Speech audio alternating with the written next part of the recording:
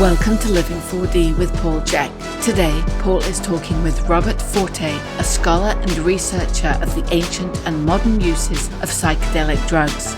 If you enjoyed today's performance, please consider leaving us a 5-star rating and a warm review on the podcast platform of your choice. Your opinions matter, and your ratings help us to grow and help more people to be healthy, find freedom of body and mind, and to live their dreams.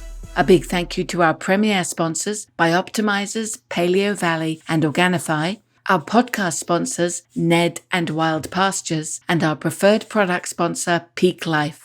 Their support is essential in producing this podcast, and we hope you will show your support by visiting them online and trying all the amazing products they produce. Please check the show notes for links, discount codes, and details. And now here is Paul speaking with Robert Forte about the real truth of psychedelics. Today we're going to have a very important conversation with Robert Forte, one of the world's leading experts on psychedelics, not only their use, but the history of them. His books are fascinating. He's fascinating.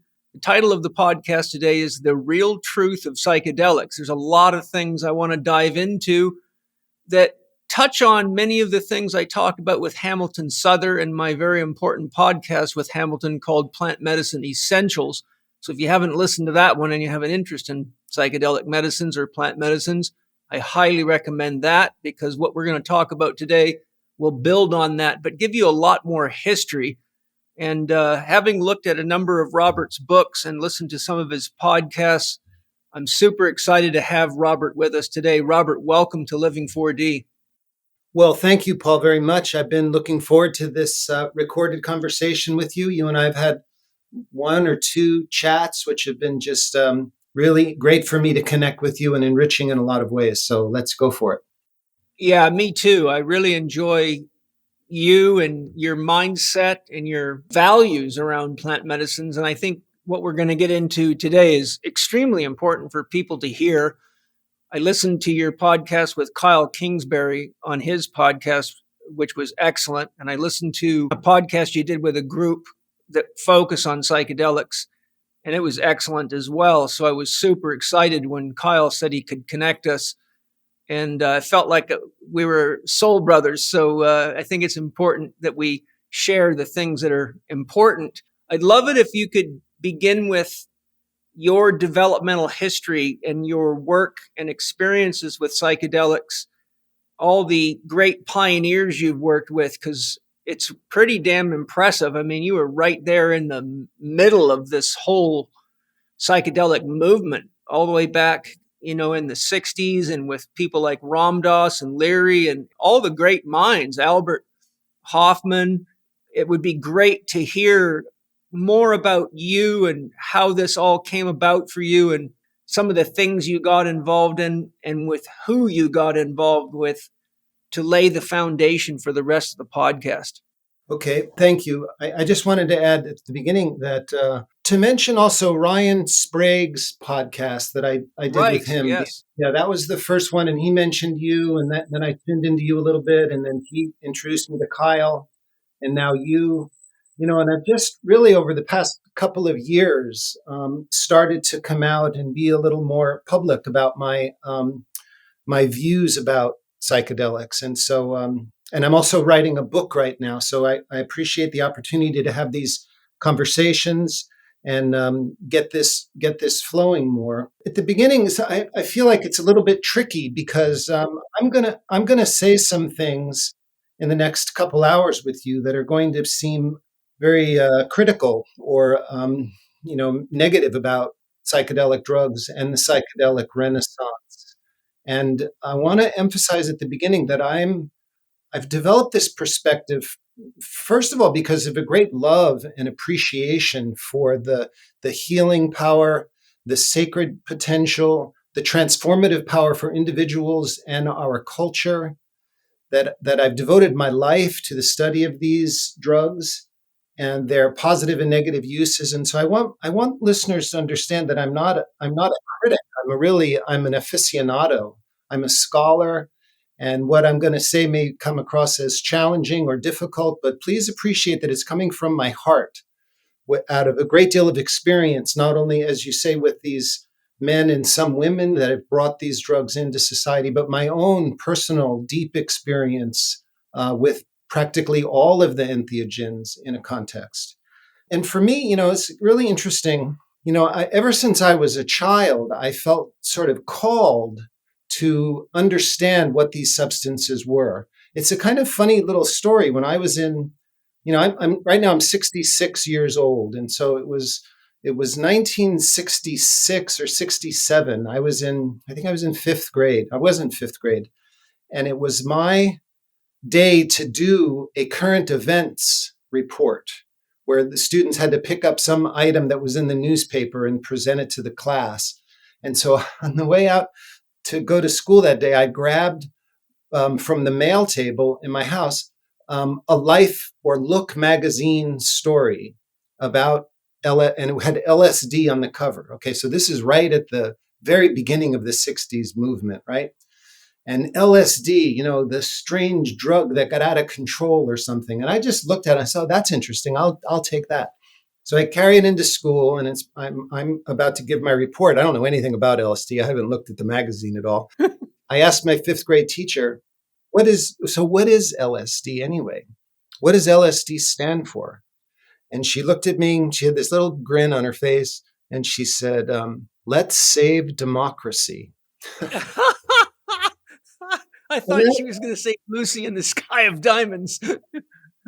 Let's save democracy. Now, I'm a kid from Boston, and so democracy, the whole American mythos and patriotic spirit was in my blood. But of course, that just went right over my little head. And, I forget what I said in my presentation, but I always kind of had this funny little association with psychedelic drugs and politics. And then, but then, a few years went by, and, the 60s is starting to, rage. And I'm growing up outside in New York City, and the drugs are coming into my grammar school and high school, and kids are taking them. And I had always kind of fancied myself as an athlete. I was really into health, and I played sports.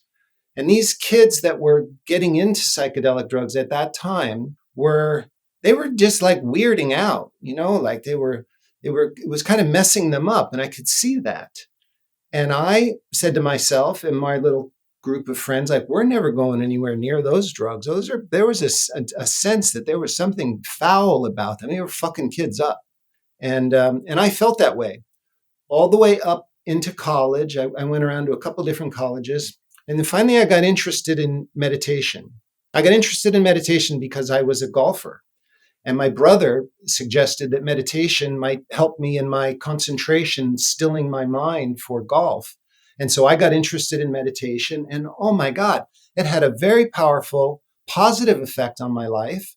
And so I became fascinated with where did meditation come from? How did ancient people 2,000 years ago, 3,000 years ago, come up with these simple technologies of focusing consciousness and these metaphysical systems? Where did that come from? So I enrolled in a class. I was going to Columbia University in New York at the time. I enrolled in a class in the history of Indian Buddhism and learned that first day about the Rig Veda. The Rig Veda being the oldest of the extensive body of writings of Indian religion, and that the Rig Veda was largely about these ancient ceremonies of collecting a plant called soma that was also a god, and making a drink out of it and consuming the drink and having visions of the cosmic order and humanity's place in the cosmic order. And this was, I'm rapt attention here.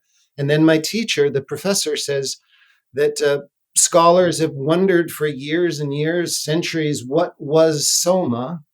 And he said, I remember this so clearly, he wrote on the board, the leading theory that soma was a hallucinogenic mushroom. And this theory was put forth by a Wall Street banker named R. Gordon Wasson. And he writes this name on the board. And it was just like a moment for me, like, wow, that's a lot of information. Like first of all, I thought that these mushrooms and psychedelics were trivial distractions or dangerous. In spite of all that fuss in the 60s, like I thought Timothy Leary was a clown. But then for him to mention R. Gordon Wasson, and that it was a banker, a Wall Street banker, who had this theory and had studied these things. Well, that was just so fascinating to me that I left the class when it was over and I went down to Strand's bookstore on Broadway and I shopped around and I bought a couple of books about one, The Joyous Cosmology by Alan Watts with a preface by Timothy Leary and Richard Alpert. And I just devoured for the next, few months. I devoured every book I could get my hands on about psychedelic drugs, realizing that, my goodness, we've been missing something with all that happened in the 60s. Something has been overlooked. And little did I know, this was 1978. It was during a period of time in our culture where psychedelics had sort of, they had exploded into the culture, but then they'd sort of petered out. It was a quiet period.